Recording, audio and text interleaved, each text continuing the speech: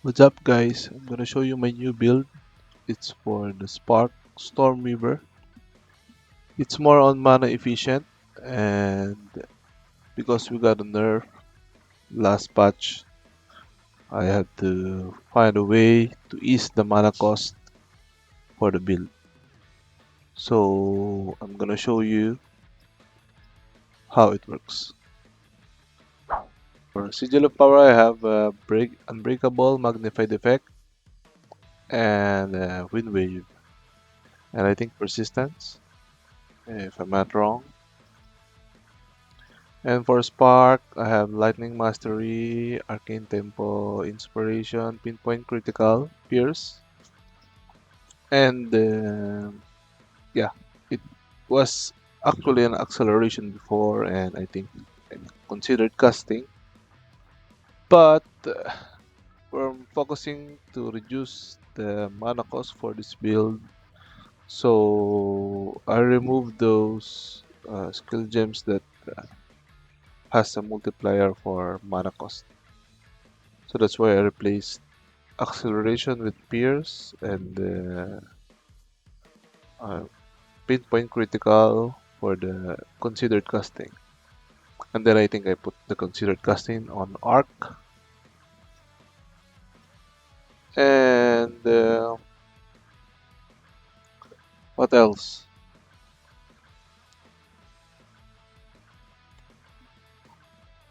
Yeah, as you can see, I'm checking the mana cost for the Pierce and the acceleration with or without it. So acceleration actually gives 20% mana cost, which is really not good for this build, and it doesn't increase in damage. So with this cast speed, I think you can stack many spark without using acceleration.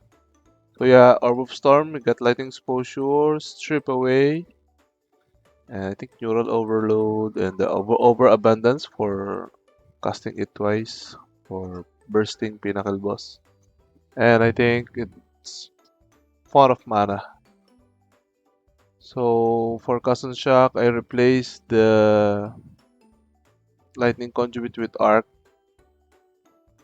because it was less mana cost. I think the mana cost was double, so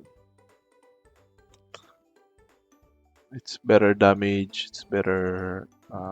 You doesn't need magnitude of shock. It's just pure damage, so it can proc repeatedly as the mana cost is really low for this build. I tried building cast on critical before. I already tried it, and it procs too much as I keep losing my mana. I don't know if it's bug or what. And yes, for pulse, you just need to keep shock the enemy. Keep them shocked. Doesn't matter what percent. Just keep them shocked because you will trigger the new patch for this arc, which is the pulse. You will keep getting the AoE damage, the pulse, AoE pulse. And yeah, I have a deliberation, a skill gem, and I think considered casting and Pitus, and I think energy retention. You can actually replace the deliberation with the concentrated effect, but concentrated effect only increase the pulse damage, not the direct hit. So yeah, the downside on deliberation was will keep getting slowed if the arcs keep proccing. But I think it doesn't matter that much. So yeah, for Arcane Surge, I have Archmage. Sorry, I have a Clarity and Mysticism. For since we have an Energy Shield right now, we can use the Mysticism if you have extra Spirit. will get additional damage if you have full energy shield and additional mana regen for the clarity. And then, yeah, conductivity, ritualistic curse, focus curse, curse ground, and expanse and spell echo. This is for the bigger AV for the conductivity. As you can see, I have large AV. See that? Almost half of my head up. And then I have extra spirit, so I took the mana remnants. I have a 50 spirit amulet, by the way. So I took the magnetism, so the mana remnants will keep coming to me even though I don't go nearby to it. And I think what's the other one? Dissipate, yeah, to increase the effect of the mana remnants. So for other two slots, you can take whatever you want, I think. But I took this because I still have extra spirit. I think it's 28 or 29. So I took this buff for increased spell damage. This is for bursting uh, rare boss, unique boss, or pinnacle boss. But there's other options like Mana Tempest and maybe Firewall or Eye of the Winter.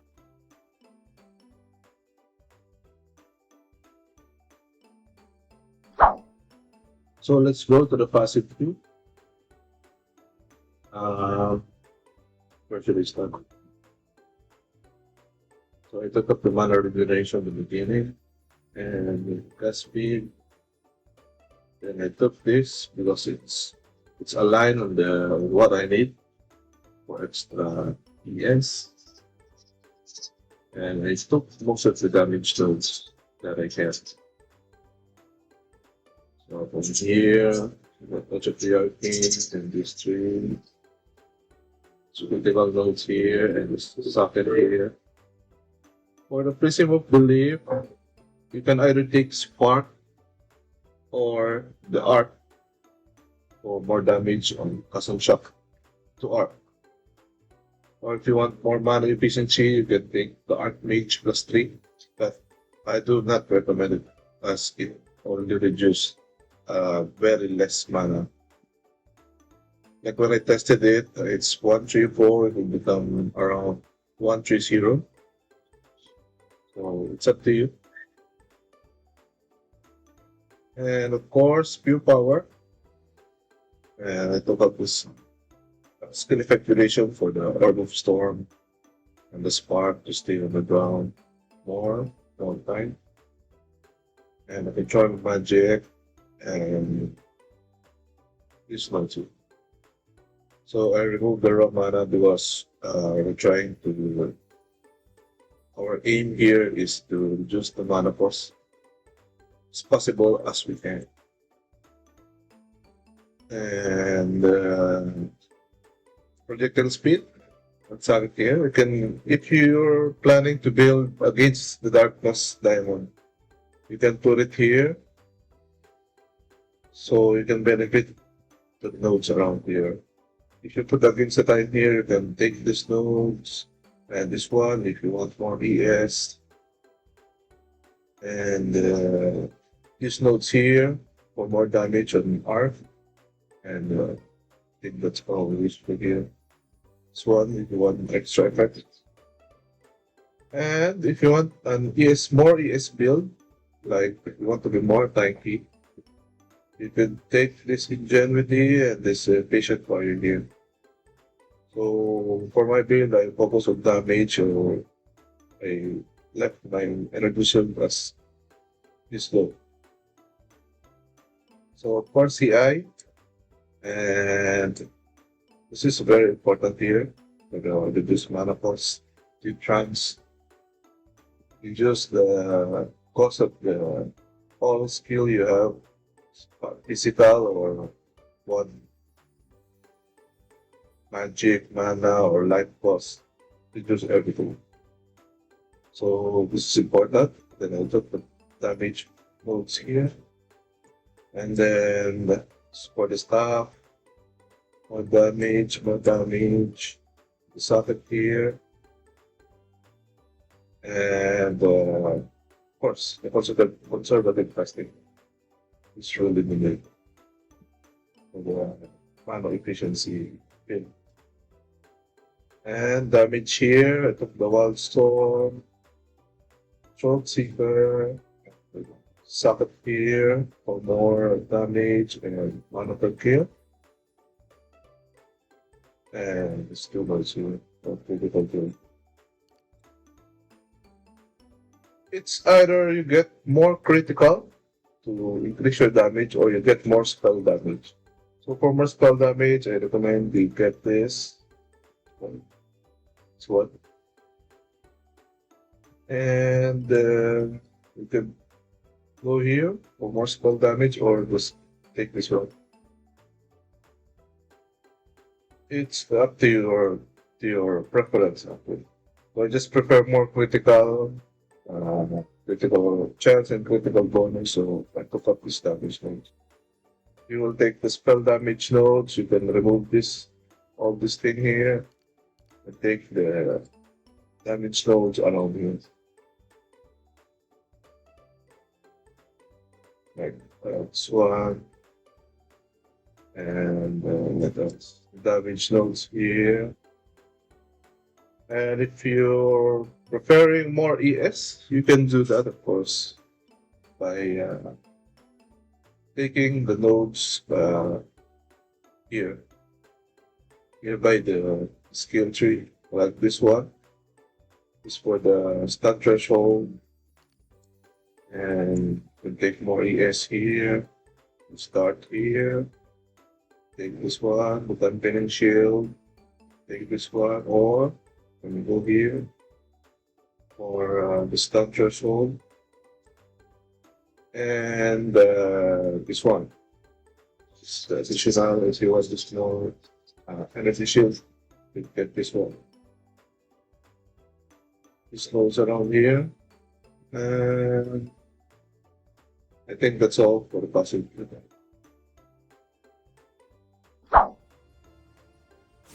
Try the mana cost for this build.